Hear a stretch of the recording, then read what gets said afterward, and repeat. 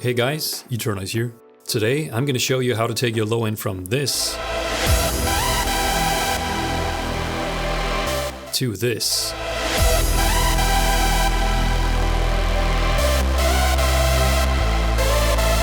So what I'm going to show you today is what I call the 3-layer low end. This is how the low end has been set up in most of my recent tracks. And it opens up a lot of doors, a lot of opportunities that you simply don't have with more simple low end setups. As a producer, I like to dive into the small details and be able to control as many things in my sounds as possible. And that's exactly what this setup allows me to do. So in this video, I'm going to teach you how to set it up. Let's go.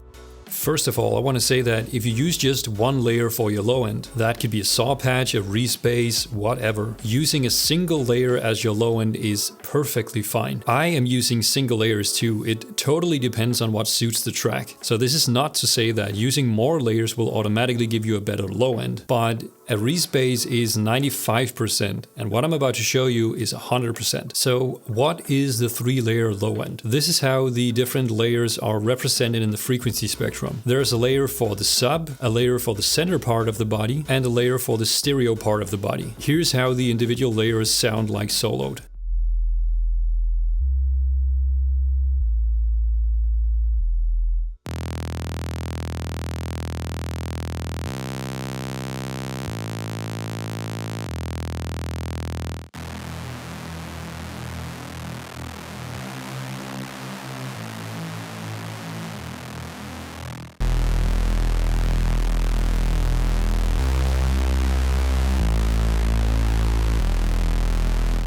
So in reality, the individual layers themselves are quite simple patches. The sub is just a sine wave, the center layer is just a plain saw wave, and the stereo layer is a wide supersaw. By the way, the exact patch of the stereo layer is preset 309 or low end layer 12 in my preset pack. So the layers are simple, but it's the way that they're structured together that makes the low end so powerful. Now, in a second, I'm going to teach you exactly how to set it up. But first, let me show you why you want to go through the hassle of making your low end 3 layers instead of 1. What I'm going to do is that I'm going to play a low end with 1 layer and then compare it with the 3-layer low end. And I want you to look at the analyzer and see if you can spot the crucial difference between the two versions.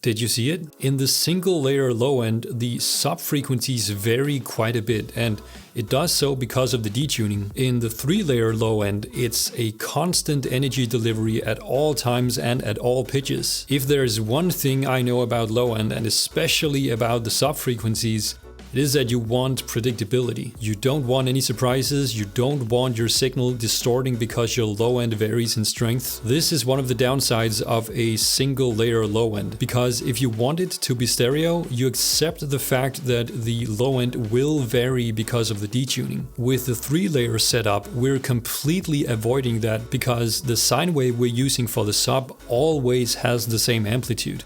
How about a second reason to go with 3 layers? Another downside of single layer low ends is the fact that they often become very weak when collapsed to mono. In some cases, that's completely fine. It's not always that you want your low end to stand out, but by now you probably know that my low ends always contain a lot of high frequencies, and I want them to be present in the mix, and also in mono so that they translate well on phone speakers. So now I'm going to play a bit, first without the center layer and then with the center layer, so you can see what difference it makes in mono.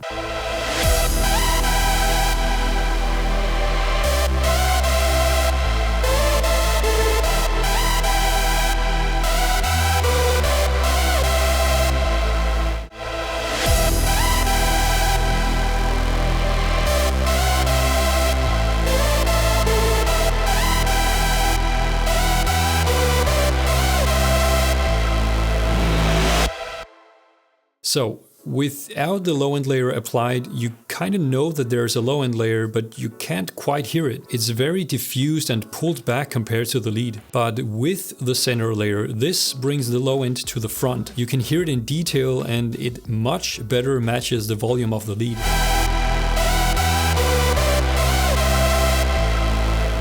Again, this easily takes the low end layer from a 95% to a 100% element, because it really improves the two big downsides of regular low end layers. Hey guys, I want to give this to you for free. It's a mixing ebook that's designed to bring more structure to your mixing sessions. It lists all the important subjects in mixing, so you won't miss an important mixing decision ever again. People say it brings a lot of value and it's completely free, so check it out if you feel like you want that extra reassurance when you're mixing. So how do we make it? Well, we already know what the individual layers sound like, and from the graphic you can actually see exactly how it's put together. You can see that the sub layer has all the sub frequencies, all this all for itself, and then the center layer and stereo layer is taking care of the rest. The most important part is that these layers are getting separated, not in the sense that we want a big gap between them, but because we don't want the body to spill over into the sub. And the reason we don't want that is because of the inconsistencies that we just talked about. The body has the detuned stereo layer that varies in the low end. So the way that I like to do it is to group the two body layers together and simply low cut them as a group. This is obviously a very sharp cut, so here we're completely excluding the sub, but you could experiment with a more gentle slope and blend in, say, 50-50 of the sub. This strategy will leave you with a more consistent low end, and also a low end that is more mono compatible. I have gotten great results from this, and in the tracks where it fits, it really does lift the low end to a higher state. So guys, good luck trying this one out. Thank you for watching. Don't forget to like, comment and subscribe, and I'll see you on the next video. Bye.